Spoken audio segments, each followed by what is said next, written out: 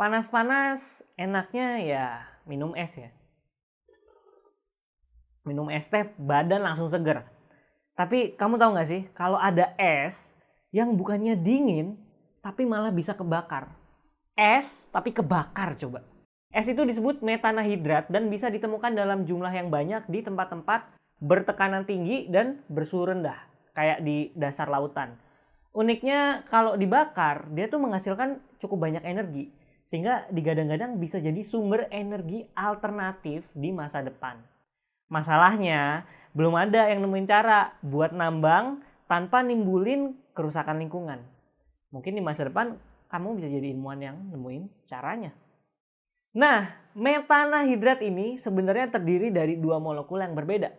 Dia itu molekul metana yang terjebak di dalam sangkar kristal yang terbentuk dari molekul-molekul air beku. Metana adalah salah satu senyawa yang paling sering dipelajarin dalam kimia. Padahal dia ini cuma terdiri dari dua unsur aja, karbon dan hidrogen. Nah, si karbonnya ini unsur yang cukup spesial karena bisa ngebentuk berjuta-juta macam senyawa hanya dengan beberapa unsur lainnya. Kenapa bisa gitu? Yuk kita bahas.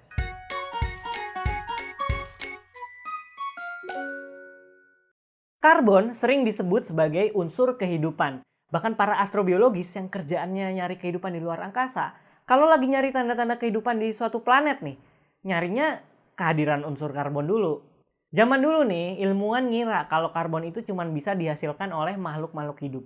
Sehingga mereka menjuluki senyawa yang mengandung karbon, kayak metana tadi contohnya, sebagai senyawa organik. Tapi pada tahun 1828, Friedrich Wöhler, ahli kimia asal Jerman, berhasil membuat urea, salah satu komponen dari urin atau air kencing, melalui percobaan di labnya. Hebatnya, Wöhler membuat urea ini dari bahan-bahan anorganik, sehingga dia membuktikan kalau senyawa-senyawa organik, termasuk senyawa-senyawa di tubuh kita, banyak yang bisa dibuat di laboratorium. Tapi apa sih yang membuat unsur karbon itu spesial banget? Sebenarnya banyak ya, cuman semuanya itu bermula dari posisinya di tabel periodik unsur. Kalau kamu lihat tabel periodik unsur, karbon itu lokasinya di golongan 14. Dan sama kayak semua unsur di golongan ini, karbon punya 4 elektron valensi. Artinya ada 4 elektron yang siap untuk berikatan dengan unsur-unsur lain.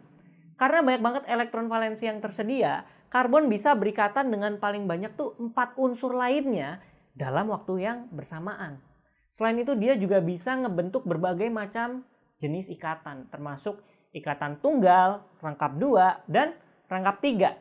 Hasilnya, karbon bisa membentuk senyawa sederhana kayak metana tadi, dan juga bisa ngebentuk senyawa yang sangat kompleks, misalnya klorofil daun atau hemoglobin yang ada di darah kamu. Senyawa organik yang paling sederhana itu namanya hidrokarbon murni, atau senyawa yang hanya terdiri dari karbon dan hidrogen. Metana itu contoh hidrokarbon murni, rumus kimianya CH4. Nah, dia juga contoh hidrokarbon murni yang paling simpel, yaitu hidrokarbon jenuh. Hidrokarbon jenuh itu terbentuk kalau semua atom karbon yang ada di dalamnya berikatan dengan 4 atom lainnya, baik itu atom hidrogen maupun atom karbon lainnya. Karena ada 4 ikatan, artinya semua ikatannya tunggal, gak ada yang rangkap 2 atau 3. Hidrokarbon jenuh ini lebih umum dikenal dengan sebutan alkana. Metana tadi, CH4, adalah alkana yang paling sederhana. Cuman ada satu atom karbon yang dikelilingi atom-atom hidrogen. Dia ini komponen utama dari gas alam yang kegunaannya macam-macam. Misalnya bahan bakar untuk pembangkit listrik dan juga bahan dasar untuk berbagai macam proses industri. Kalau kamu tambahin atom karbonnya lagi, dan tentunya hidrogen-hidrogen untuk ngisi ikatan-ikatan tunggalnya, dia akan berubah jadi etana, C2H6, gas lain yang digunakan sebagai bahan dasar plastik. Tambahin satu karbon lagi, kita dapat alkana berikutnya, yaitu propana, C3H8. Mungkin kamu pernah pakai tabung-tabung LPG untuk masak. Nah, itu isinya propana. Karena hidrogen cuma bisa berikatan dengan satu atom lainnya, ketiga alkana tadi cuma punya satu jenis struktur. Mau ditukar-tukar atomnya juga akhirnya bakal sama bentuknya. Tapi kalau kita tambahin satu lagi nih karbonnya, jadi C4H10 atau butana, strukturnya bisa kita otak-atik.